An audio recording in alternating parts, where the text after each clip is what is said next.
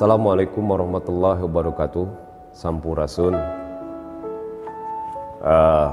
Saudara-saudara, ada beberapa pertanyaan kepada saya melalui WA maupun Messenger, dan ada juga yang langsung bertanya. Yang pertama dari sahabat-sahabat saya, dari teman-teman saya dari Malaysia. Tuan Guru, macam apa hukumnya lockdown dan social distancing? Kemudian pertanyaan yang kedua dari netizen dan saudara-saudara di selatan Thailand. Dia bertanya kepada saya, beberapa orang, bahkan ada yang japri langsung melalui WA dan sekaligus Messenger. Tuan Guru, Geno hukumnya lockdown dan social distancing menurut Fiqh, katanya begitu. Maksudnya menurut ilmu fikih. Sementara ibu-ibu, ya, mama yang sering ngeriung, kumpul, ngaji kepada saya bertanya begini. Karena orang Sunda, kumaha cenah hukumna ari lockdown sarang sosial dintan cenah gitu. Mungkin yang dimaksud sosial distancing gitu. Dosa enggak kita kalau enggak masuk gitu. Kalau kita enggak melakukan hal itu, melakukan lockdown atau sosial distancing. Ya, saya akan jawab hari ini. Mudah-mudahan saya bisa menjawab pertanyaan-pertanyaan tersebut, dan itu sangat menarik untuk dijelaskan berhubungan dengan wabah COVID-19 ini.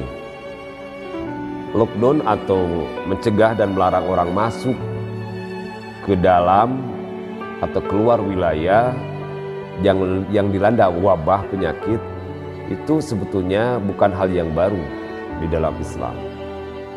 Dan itu pernah dilakukan oleh para sahabat Rasulullah SAW, maupun Rasulullah SAW juga menyarankan. Dalam pendapat saya, lockdown atau social distancing bisa menjadi wajib aini, artinya wajib kepada individu. Kalau dia melakukan pelanggaran, maka itu hukumnya dosa dan haram. Kenapa dosa? Karena haram. Dan kalau dilakukan, maka dia akan mendapatkan pahala karena wajib aini secara individu. Yang kedua bisa saja sunat. Artinya karena hati-hati dikerjakan mendapat pahala, tidak dikerjakan juga tidak dikerjakan tidak akan dosa. Kalau wajib aini, kalau tidak dikerjakan dosa. Kemudian yang ketiga ibahah. Ibahah itu adalah artinya secara kaidah fikih boleh dilakukan. Dikerjakan, tidak dikerjakan tidak apa-apa, dikerjakan mendapat pahala. Itu ibahah namanya, boleh-boleh saja. Nah, kapan menjadi wajib aini? Landasan yang utama adalah dari hadis Rasulullah SAW yang sering disampaikan oleh para pendakwah, para ustadz, para tuan guru, para kiai, para babo gitu.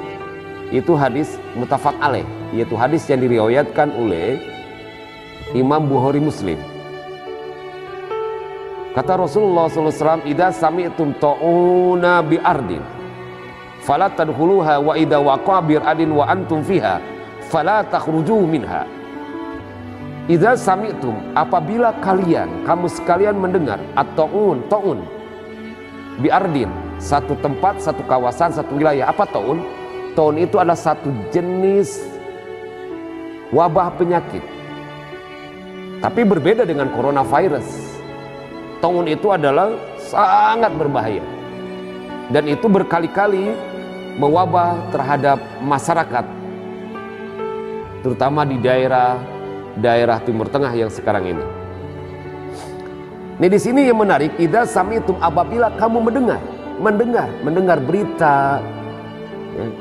Kalau sekarang berita sangat mudah, ada ID visual, bukan hanya berita dari mulut ke mulut, dari telinga dan mendengar dari telinga-telinga yang seperti lain, tapi juga adalah bisa dilihat melalui audio visual, melalui video, TV, ya, film dan sebagainya, YouTube, biardin, pada satu kawasan, pada satu tanah, pada satu kawasan, satu wilayah, satu tempat, satu komunitas, bisa saja satu komunitas, ya, satu wilayah, satu kampung, satu kecamatan, satu distrik, atau satu wilayah negara. Fala tadkhuluha, maka engkau jangan masuk ke dalam wilayah itu.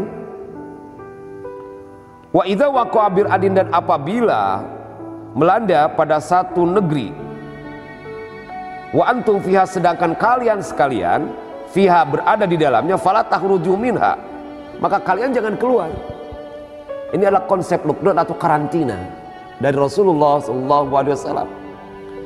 Akan saya garis bawahi, Rasulullah SAW menggunakan kata-kata fala tadkhuluha, janganlah kamu masuk, fala takhruju minha, dan janganlah kamu keluar dari tempat yang kena wabah itu. Fala tadkhuluha, dan kamu janganlah sekalian masuk ke dalam wilayah yang ada wabah penyakit itu. Ini menggunakan kata-kata nahi. Dalam kaidah fikih, an-nahyu itu adalah, atau larangan itu adalah menunjukkan haram kau dilakukan. Al-aslu fin nahyi li tahrim. Asal daripada larangan itu atau nahi itu adalah haram jatuhnya hukumnya. Jadi kalau mewabah, wabah itu sudah begitu masif, maka haram seseorang atau banyak orang masuk ke dalam wilayah itu. Dan kalau dia melakukan dengan kesombongannya dirinya, maka itu adalah dosa hukumnya. Begitu juga kalau ada sebuah wabah penyakit yang begitu masif di sebuah wilayah tertentu, maka haram juga keluar.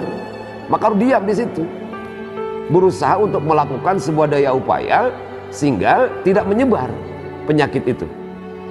Jadi bisa wajib aini jika wabah itu begitu masif. Nah, soal coronavirus ini adalah yang menentukan wabah dan tidak wabahnya adalah pemerintah. Kita ikuti aja pemerintah. Jadi menurut aini, wajib aini, bahwa apabila wabah itu sudah menyebar dalam sebuah kawasan, maka wajib aini, hukumnya fardu aini, wajib hukumnya. Dan kalau melanggar adalah jelas adalah hukumnya dosa. Bukan lagi siapa yang berdosa, tidak lagi pemerintah, tidak lagi medis, tapi pribadi, itu sudah dosa. Apabila misalnya kehati-hatian, saya udah ya upaya agar penyebab itu masuk sunat, karena memang di situ tidak ada wabahnya, tidak masuk zona merah misalnya. Atau ibah juga kehati-hatian, itu boleh-boleh saja, tidak menjadi masalah. Namun konsekuensi lockdown seperti yang diajarkan oleh Rasulullah SAW maupun para sahabat, dilakukan oleh para sahabat, itu negara wajib menjamin. Karena tujuan negara adalah as-sa'adah, kata Imam Al-Ghazali. Lis-sa'adah, kata Imam Al-Ghazali, adalah untuk menimbulkan kebahagiaan. Timbulnya negara, dibentuknya negara sebagai sebuah organisasi atau asosiasi, itu adalah untuk kebahagiaan penduduknya, warganya. Karena itu wajib negara menjamin kehidupan, makan, sandang di situ. Nah, ini konsekuensi daripada diterapkannya lockdown apabila wabah itu benar-benar terjadi, seperti yang pernah dilakukan oleh beberapa penguasa Islam pada masa dinasti Muawiyah maupun dinasti Abbasiyah, termasuk dinasti Syafawiyah, itu juga pernah melakukan lockdown yang dilakukan oleh penguasa-penguasa sultan-sultan pada masa itu. Nah, kemudian An-Nawawi menjelaskan, Syekh An-Nawawi, yang dimaksud Syekh Nawawi di sini Syekh Nawawi ahli hadis, bukan Syekh Nawawi Al-Bantani yang kita kenal sekarang ini di tanah Jawa. Kata Syekh Nawawi, hadis-hadis ini menunjukkan terlarangnya mendatangi daerah yang terkena wabah taun dan larangan untuk keluar dengan tujuan menghindari wabah. Ini adalah taukid atau penguatan apa yang saya sampaikan tadi. Adapun keluar karena ada keperluan, maka tidaklah mengapa, misalnya untuk belanja keperluan makanan ke negeri tetangga, atau ke kampung, atau ke distrik yang lain, ke ampe yang lain, ke kecamatan yang lain, gitu kan. ke profesi yang lain untuk kepentingan-kepentingan, keperluan-keperluan yang sangat mendesak, dan itu tidak mengapa dengan tetap melakukan sebuah upaya social distancing misalnya. Kemudian yang kedua, bagaimana hukumnya social distancing, atau bagaimana itu juga bisa wajib aini juga, bisa sunat juga. Social distancing atau jaga jarak ini pernah diterapkan oleh sahabat Rasulullah SAW, yaitu Ammar bin As. Kisahnya ketika terjadi wabah penyakit melanda kota Syam atau Damaskus sekarang ini. Para sejarawan, misalnya dalam kitab ini jelaskan, para sejarawan mesti mencatat sekitar 25.000 sampai 30.000 korban meninggal akibat wabah taun di kota Syam. Dua gubernur, yaitu sahabat Rasulullah SAW, Abu Ubaidah bin Ajarah dan Mu'ad bin Zabal, meninggal karena wabah tersebut. Dia karena sayang tidak meninggalkan terhadap tempat itu, dia mengurusi penduduknya, warganya.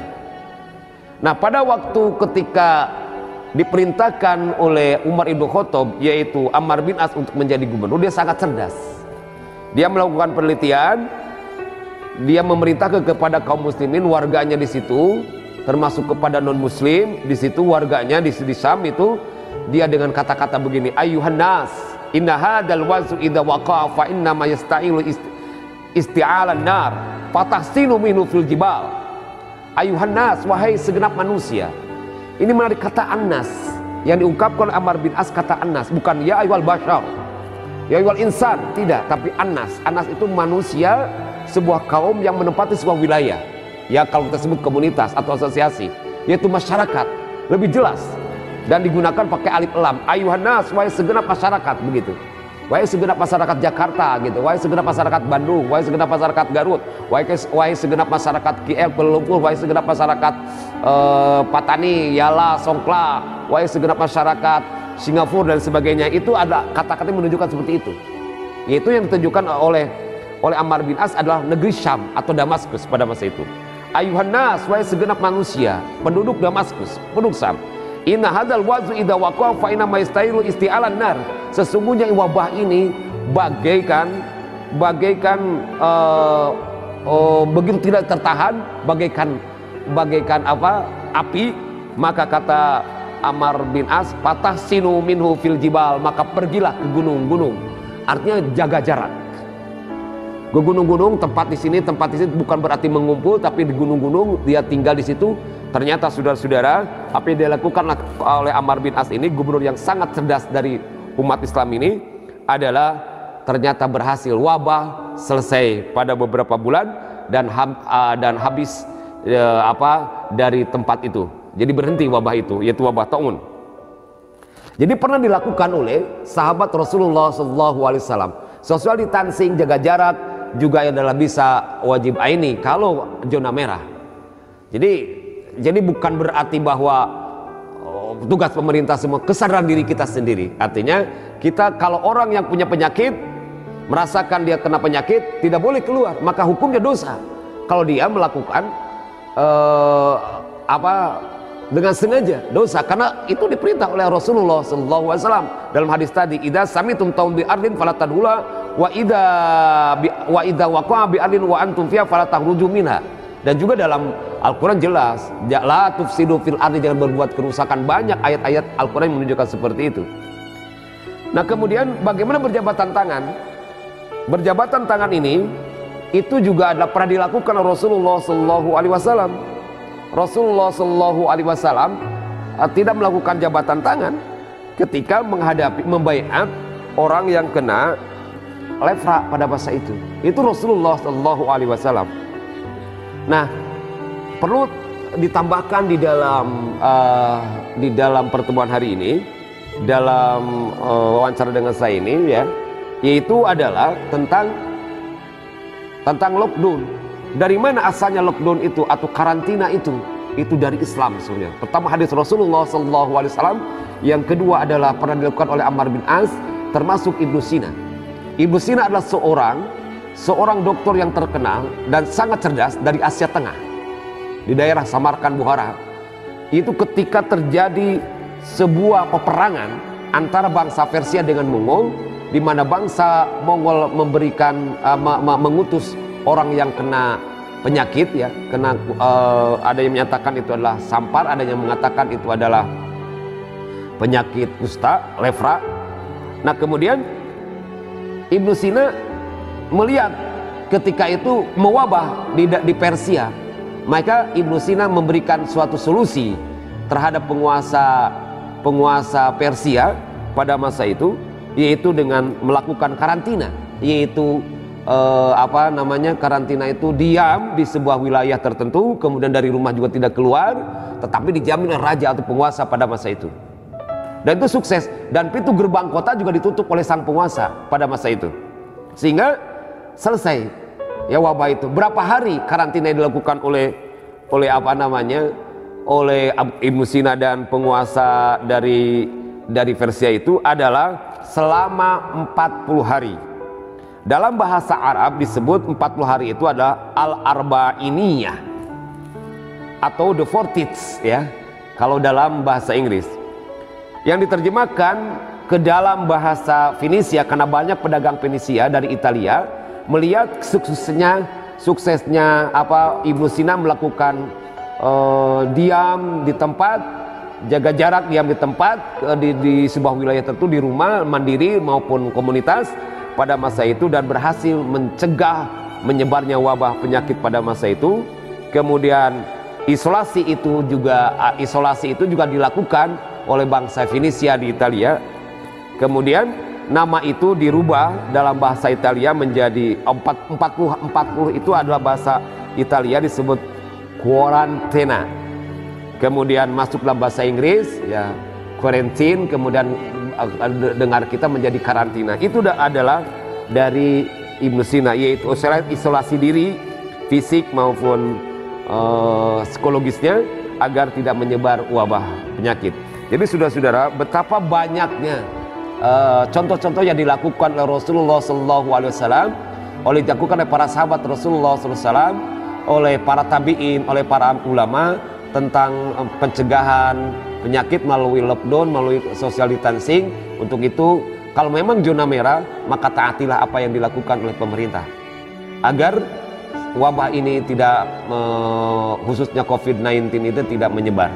Mudah-mudahan kita diselamatkan, negeri kita ini diselamatkan oleh Allah Subhanahu wa Ta'ala dari wabah ini.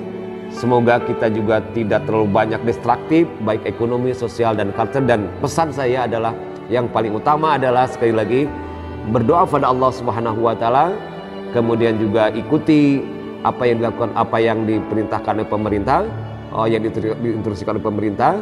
Yang selanjutnya adalah jangan panik, bertauhid kepada Allah Subhanahu wa Ta'ala. Di balik semua itu pasti ada hikmahnya. Demikianlah, mudah-mudahan apa yang saya sampaikan ini ada manfaatnya.